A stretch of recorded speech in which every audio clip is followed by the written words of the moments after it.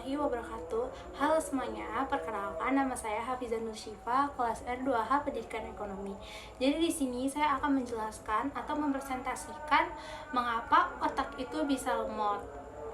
Sebelum ke inti pembahasannya, saya akan menjelaskan dulu apa itu otak, konsep otak itu seperti apa, bagian otak itu apa aja beserta fungsinya. Jadi otak ini adalah salah satu organ manusia yang paling penting. Jadi semua kegiatan yang kita lakukan itu semua adalah kendali dari otak kita. Jadi kalian mau bergerak, kalian mau bernafas, kalian mau melihat, kalian mau mendengarkan, itu semua tuh rangsangan dari otak kalian, guys. Banyak orang yang berpikir bahwa organ yang paling penting dalam manusia itu adalah paru-paru, karena paru-paru adalah sebagian organ manusia yang membuat kita tuh bisa bernafas gitu ya, guys. Ya kalau kita nggak bernafas ya kita mati. Tapi logikanya kalau misalnya paru-paru kita yang rusak, nauzubillah min dzalik, kalau misalnya paru-paru kita yang rusak itu, tapi kita masih ada keinginan buat makan, guys, kita masih bisa bergerak, pokoknya kita masih bisa terima rangsangan-rangsangan lainnya gitu. Tapi kalau misalnya otak kita yang bermasalah, guys, kita nggak akan bisa ngapa-ngapain, kayak orang koma aja, kayak kalian antara hidup dan mati. Kayak sebenarnya kalian tuh hidup, cuman kalian nggak bisa ngapa-ngapain kayak orang mati gitu, karena otak nih bener-bener cuman tempat kita tuh merangsang, guys. Kalian lapar, kalian minta kayak mau makan, itu tuh rangsangan dari otak kita, guys, gitu. But aku di sini bukannya mau ngasih tahu kalian kalau misalnya organ tubuh yang lainnya tuh nggak berfungsi, kayak gitu, guys. Cuman aku mau ngasih tahu aja kalau otak ini berperan penting yang sangat besar bagi tubuh manusia. Oke, guys, kalian sudah tahu kan fungsi dari otak bagian depan tuh apa? Sebagai pusat penciuman. Selanjutnya adalah otak bagian tengah. Itu adalah pusat penglihatan kalian, guys. Jadi misal kalian lagi nonton drakor, terus episode itu tuh lagi episode menunjukkan scene yang sedih.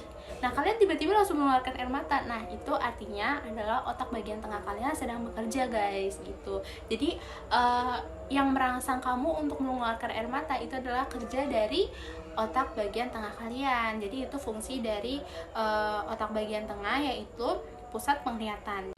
Nah, selanjutnya adalah otak bagian belakang. Otak bagian belakang ini adalah pusat gerak spontan. Jadi kalian bisa bergerak, kalian bisa berlari, kalian bisa berjalan, itu adalah atas kerja dari otak bagian belakang kalian. Jadi kalian mau jalan, kalian mau jongkok, kalian mau loncat, mau berdiri, itu adalah atas kerjasama dari otak belakang kalian. Jadi itu fungsi otak bagian belakang. Nah, pasti kalian mikir kalau misalnya kalian tuh bergerak karena gue punya tulang, karena gue punya otot gitu kan. Tapi walaupun kalian punya itu semua, kalau misalnya otak bagian belakang kalian nggak berfungsi, kalian nggak akan bisa bergerak. Seperti itu, guys, kayak orang lumpuh aja atau orang stroke, kayak gitu. Dia punya tulang, dia punya otot, tapi kalau misalnya otak bagian belakang dia ada yang bermasalah, dia nggak akan bisa ngegerakin badannya. Nah, itu adalah penjelasan saya mengenai bagian-bagian otak tuh apa aja beserta fungsinya ya. Nah, selanjutnya otak dibedakan menjadi 3, guys. Ada otak bagian kanan, otak bagian kiri, dan otak bagian tengah. Di sini aku bakal ngejelasin juga bagian kanan, bagian kiri, bagian tengah tuh fungsinya apa aja sih? Yang pertama, otak kanan. Otak kanan ini berfungsi dalam hal konseptual, analogis, hayalan, musik imajinasi, warna dan gambar, ide atau gagasan mencari hal-hal baru. Jadi misal ada anak yang dia tuh anaknya kreatif banget gitu ya, dia suka mencari hal-hal yang baru gitu. Nah, kemungkinan anak itu dominan kalau berpikir memakai otak sebelah kanan mereka, guys, karena otak sebelah kanan itu berfungsinya itu suka kreatif gitu. Terus anaknya tuh suka mencari hal-hal baru atau ide atau gagasan yang baru gitu, guys.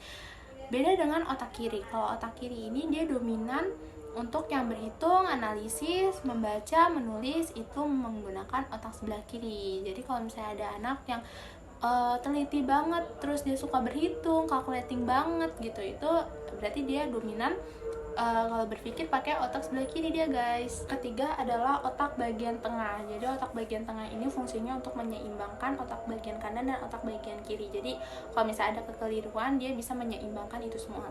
Oke, jadi sekarang kita udah tahu ya apa itu otak, bagian otak tuh apa aja beserta fungsinya. Sekarang kita lanjut ke inti pembahasannya. Nah, jadi di sini ada 5 penyebab kenapa otak kita bisa lemot. Jadi yang pertama itu penyebabnya ada terlalu lama sendiri. Terlalu lama sendiri yang dimaksud adalah kita jadi kurang berinteraksi sama orang, guys. Jadi kalau misalnya otak lemot itu karena otak kita terlalu diam, jadi dia nggak selalu berpikir gitu. Karena kita kalau misalnya berinteraksi sama orang, otak kita tuh lebih banyak bekerja, guys. Nah, kalau misalnya otak kita malah diseringin buat diem aja gitu, nggak berinteraksi sama orang, kita diem aja gitu ya otak kita jadi lama-lama lemah gitu loh, guys. Jadi dianya juga jadi introvert otaknya gitu, jadi lemot gitu. Yang kedua adalah volume earphone terlalu tinggi. Emang kalau misalnya kita pakai earphone tuh rasanya tuh emang tenang banget ya, guys. Tapi kita harus batas wajar juga, guys, karena yang berlebihan itu emang nggak baik ya.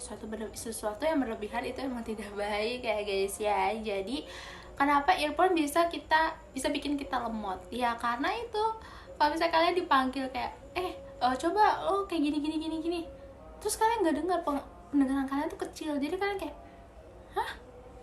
hah, jadi kayak kebanyakan lemot kan jadinya. Yang ketiga adalah mageran atau malas gerak. Jadi di sini emang udah banyak banget remaja yang mageran, yang rasanya tuh pengen rebahan aja gitu. Nah, ternyata mageran ini bisa bikin otak kita ini jadi lemot, guys. Kenapa bisa kayak gitu ya? Ya karena otak kalian ini jadi jarang buat berinteraksi, jarang terangsang gitu loh. Jadi ya kalian pikir aja sih, suatu barang nih jarang dipakai, dia bakal lama-lama jadi rusak kan, lama-lama jadi lemot kan, karena dia jarang dipakai. Yang keempat adalah kurang tidur. Nah, di sini banyak banget, guys, manusia dewasa yang jadi kurang tidur, padahal orang dewasa itu maksimal tidur tuh adalah 6-8 jam, tapi karena mungkin ya aktivitasnya terlalu banyak, jadi dia jadi kurang tidur, guys, gitu.